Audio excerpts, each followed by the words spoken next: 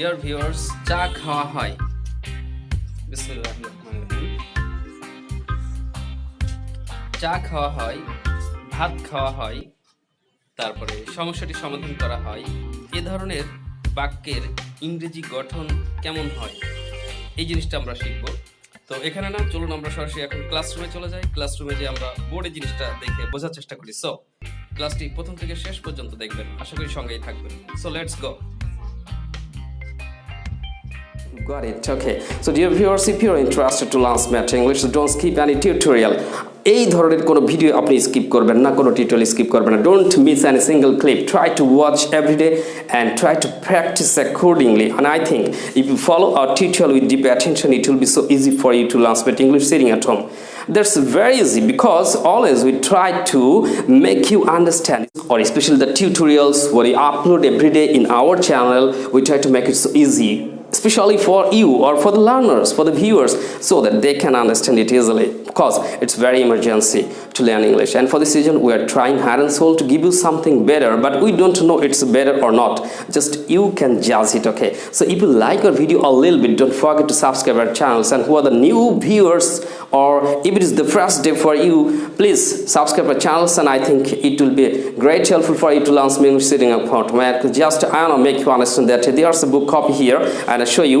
Okay, so excuse me madam, can you give me the book please? Okay, so yes, there's a copy. So if you're interested to learn smart English without the help of any teacher sitting at home, just you can collect this copy and you can knock us directly to our communication link in our mobile number. You can talk directly and you can order it. Just to collect the book you have to spend at least 700 taka, and you have to make a bigger payment first, and after that we will send you the copy through Sundarban courier service to any district of our country.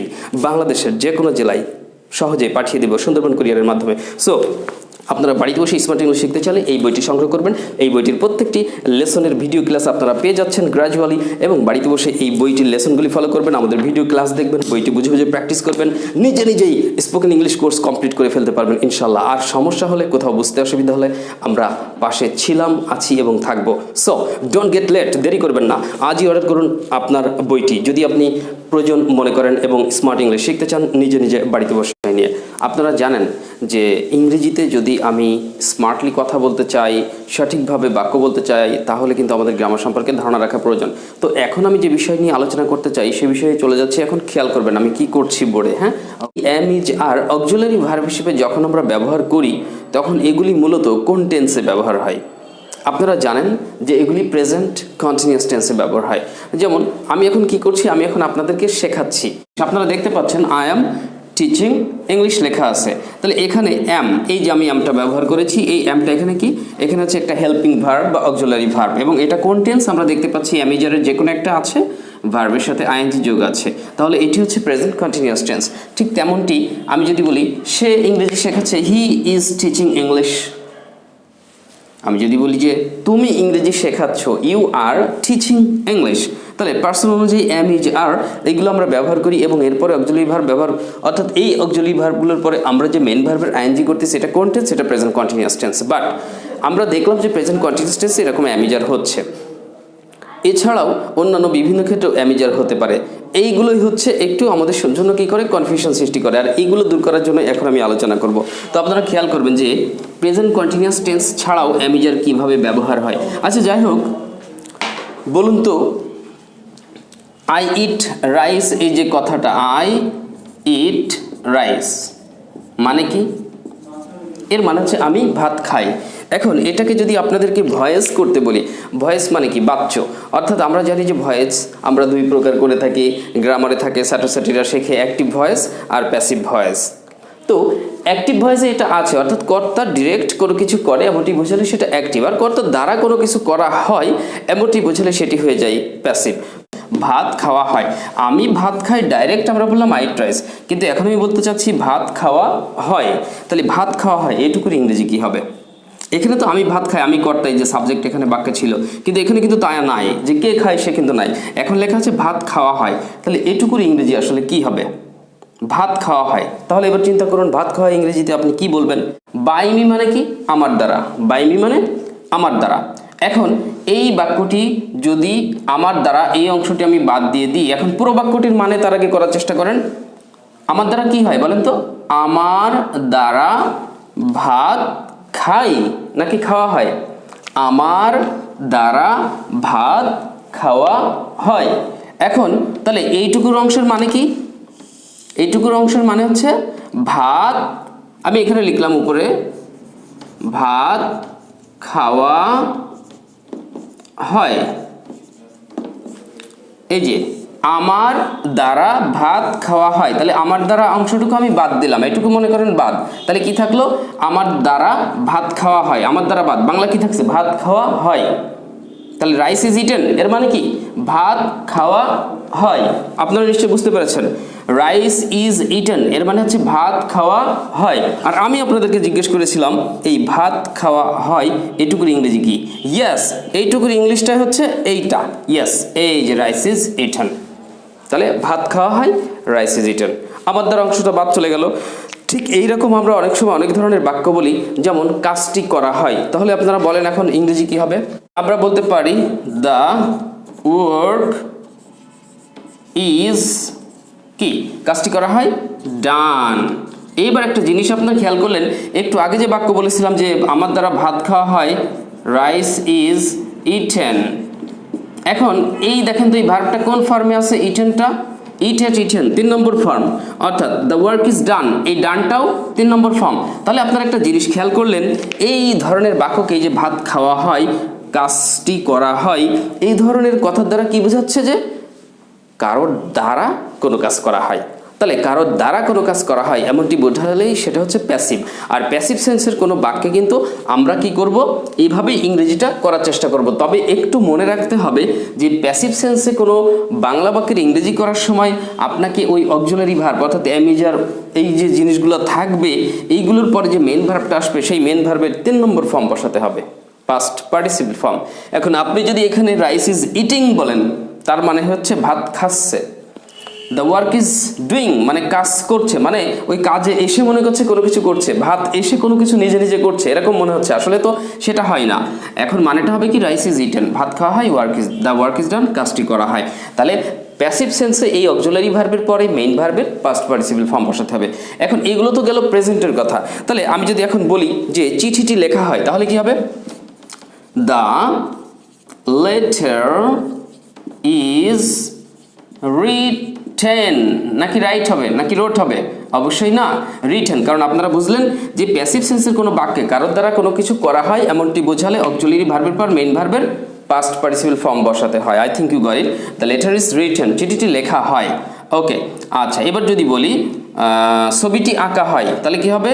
The picture is drawn, DRAWN।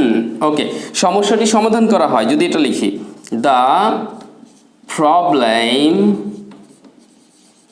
Is solved, এই যে সমস্যাটি সমাধান করা হয়, the problem is solved.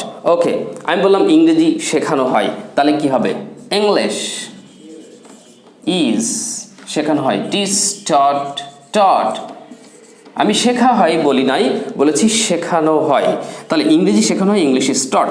এখন এই কথাগুলো কিন্তু সব বর্তমানকে ইন্ডিকেট করছে যে চিঠিটি লেখা হয়, ছবিটি আঁকা হয়, সমস্যাটি সমাধান করা হয়, ইংরেজি শেখানো হয়। কিন্তু এখন আমি যদি বলি যে প্রথম বাক্যটায় চিঠিটি লেখা হয় এ কথা না বলে আমি বলতে চাচ্ছি চিঠিটি লেখা হয়েছিল, কোন সময়ের কথা? নিশ্চয়ই পাস্টের কথা। তাহলে পাস্টে যখন যাবে বা এমনটি বোঝাবে তখন আপনারা কি করবেন? এই যে এই এম ইজ আর এখানে যে কমন জিনিসটা পাচ্ছেন ইজ, এই ইজগুলোকে কখনো কখনো কোনোটা ওয়াজ কোনোটা ওয়ার করতে হবে, ঠিক সাবজেক্ট বুঝে বা অবজেক্ট বুঝে। ওকে, তাহলে অর্থাৎ অবজেক্ট তো সাবজেক্ট হয়ে যায়, সেটাই সাবজেক্ট বুঝে আপনাকে কি করতে হবে? এই ইজটাকে কখনো ওয়াজ কখনো ওয়ার করতে হবে। এখন আমি যদি বলি চিঠিটি লেখা হয়েছিল, তাহলে এই ইজের জায়গায় আপনারা এখন কি করবেন? দ্য লেটার, কয়টা চিঠি? একটি, তাহলে এখানে ওয়াজ ব্যবহার করবেন, দ্য লেটার ওয়াজ রিটেন, চিঠিটি লেখা হয়েছিল, এই বাক্যটি হয়ে গেল। ছবিটি আঁকা হয়েছিল, তাহলে কি হবে? The picture was ড্রন। আমি যদি বলি সমস্যাটি সমাধান করা হয়েছিল, দ্য প্রবলেম, তাহলে কি হবে? The problem was solved. এবার যদি বলি ইংরেজি শেখানো হয়েছিল, তাহলে কি হবে? আমরা এবার এখানে বলবো ইংলিশ ওয়াজ টট। তাহলে আমরা একটা জিনিস দেখলাম যে এই বাক্যগুলো অতীতে ছিল, পাস্ট টেন্সকে ইন্ডিকেট করছিল, যে কারণে এখানে কারোর দ্বারা কোনো কাজ করা হয়েছিল বুঝিয়েছে। এই কারণে আমরা কি করেছি? ওয়াজ ব্যবহার করেছি এবং ভার্বের পাস্ট পার্টিসিপল ব্যবহার করেছি। তবে কখনো কখনো ওয়্যারও হতে পারে। যেমন আমি যদি বলি যে ছবিগুলি আঁকা হয়েছিল অথবা চিঠিগুলি লেখা হয়েছিল, মনে করেন বেশ কয়েকটা চিঠি, একটি চিঠি নয়, তখন কি হবে? চিঠিগুলি যদি হয় তখন আমরা বুঝতেই পারছি এইখানকার এই বাক্যের প্রথমে যেটা আছে এটা প্লুরাল হবে, লেটার না হয় লেটার্স হবে, দ্য লেটার্স। আর তখন আপনি কি করবেন? দ্য লেটার্সের পরে আর ওয়াজ দিতে পারবেন না, ওয়্যার দিবেন। তখন করবেন যে দ্য লেটার্স ওয়্যার রিটেন, চিঠিগুলি লেখা হয়েছিল, এই যে ওয়্যার হয়ে গেল। আপনি যদি বলেন ছবিগুলি আঁকা হয়েছিল, তাহলে এখানে পিকচারে প্লুরাল থাকবে, এস থাকবে, পিকচার্স, দ্য পিকচার্স। আর যখন পিকচার্স থাকবে তখন আপনি কি করবেন? তখন এখানে ওয়াজ দিলে হবে না, ওয়্যার দিতে হবে। তাহলে দ্য পিকচার্স ওয়্যার ড্রন, ছবিগুলি আঁকা হয়েছিল। ঠিক এইভাবে আপনি দেখবেন যে সাবজেক্টটি সিঙ্গুলার নাকি প্লুরাল। প্লুরাল হলে ওয়্যার ব্যবহার করবেন, সিঙ্গুলার হলে ওয়াজ ব্যবহার করবেন। আর মনে রাখবেন যে আপনি বর্তমানে বোঝালে কারোর দ্বারা কোনো কাজ করা হয়, তাহলে মূল জিনিসটা হচ্ছে কারোর দ্বারা কোনো কাজ। আমি একটু টেকনিকটা বোঝাই দিই আপনাদের সবাইকে। এই জিনিসটা খেয়াল রাখবেন, করা হয়, করা হয়েছিল, করা হবে। কিন্তু করা হয় নিশ্চয়ই কারোর দ্বারা, করা হয়েছিল কারোর দ্বারা, করা হবেও কারো দ্বারা। এগুলো সবই কিন্তু প্যাসিভ অ্যাকশনে বোঝায়। আর এই বাক্যগুলোর ইংরেজি করার সময় আপনাদেরকে বিশেষ করে করা হয় বোঝালে আপনি সেই বাক্যে কি ইউজ করবেন? কখনো অ্যাম, কখনো ইজ, কখনো আর, আর এরপরেই প্লাস V3 মানে ভার্বের পাস্ট পার্টিসিপল ফর্ম ইউজ করবেন। আর যদি মনে করেন করা হয়েছিল বোঝাচ্ছে, তখন পাস্টে বোঝালে ওয়াজ অথবা কি দেবেন বললাম? ওয়্যার। আর এরপরে আপনি V3 ইউজ করবেন। ওকে, হয়ে গেল। আর করা হবে এমনটি বোঝালে আসলে কি করতে হবে সেটা কিন্তু এখনো বোঝায়নি, এখন বোঝাচ্ছি। করা হবে যদি বোঝায় তাহলে আপনি কি করবেন? এই ওয়াজ ওয়্যার এমিজার তো বসানো যাবে না, ফিউচার টেন্সকে ইন্ডিকেট করছে, তাহলে আপনি শুধুমাত্র উইল বি ইউজ করবেন, প্লাস V3 ইউজ করবেন। তাহলে করা হবে হলে উইল বি প্লাস V3। এখন উইল বি প্লাস V3-র কয়েকটি এক্সাম্পল দেখি আমরা ক্লাসটি শেষ করব। যেমন একটু আগে আপনাদেরকে বুঝিয়েছিলাম যে চিঠিটি লেখা হয়, the letter is written, is written. চিঠিটি লেখা হয়েছিল, দ্য লেটার ওয়াজ রিটেন বুঝাইছিলাম, দ্য লেটার ওয়াজ রিটেন। কিন্তু এখন বলছি চিঠিটি লেখা হবে। তো আপনি যদি বলেন যে এই যে কারো দ্বারা কোনো কাজ করা হবে বোঝাচ্ছে, যে লেখা হবে, চিঠিটি লেখা হবে, তাহলে হবে the letter will be, yes the letter will be। এবার will be পরে কি? এই যে V3, তাহলে লেখার ভার্বের 3 নম্বর ফর্ম দেন written, yes চিঠিটি লেখা হবে, the letter will be written। I think you got it। আরেকটা উদাহরণ যদি দিই যে ছবিটি, আমি বললাম যে ছবিটি আঁকা হবে, ছবিটি আঁকা হবে মানে কারোর দ্বারা আঁকা হবে। আরও একটা উদাহরণ দিচ্ছি, সেটি হচ্ছে আমরা দেখতে পাচ্ছি এখানে লেখা ছবিটি আঁকা হবে। তাহলে ছবিটি আঁকা হবে, এটার ইংরেজি আমরা করব দ্য পিকচার, কি এখানে কি দেবো? অ্যামিজার ওয়াজার করে কিছু দিলে হবে? হবে না, উইল বি দিতে হবে। দ্য পিকচার উইল বি, এবার আঁকা হবে ড্রন, এই যে হয়ে গেল, the picture will be drawn. Okay, so dear viewers, take a look at the board. আমরা এই বাক্যটি বুঝিয়ে আপনাদেরকে এই ক্লাসটি শেষ করে দেব। আমরা এখানে দেখতে পাচ্ছি যে আমাদের চ্যানেলে প্রতিদিন ভিডিও আপলোড করা হবে। এখন আপলোড কি এমনি হয়ে যাবে? নিশ্চয়ই কারোর দ্বারা করা হবে।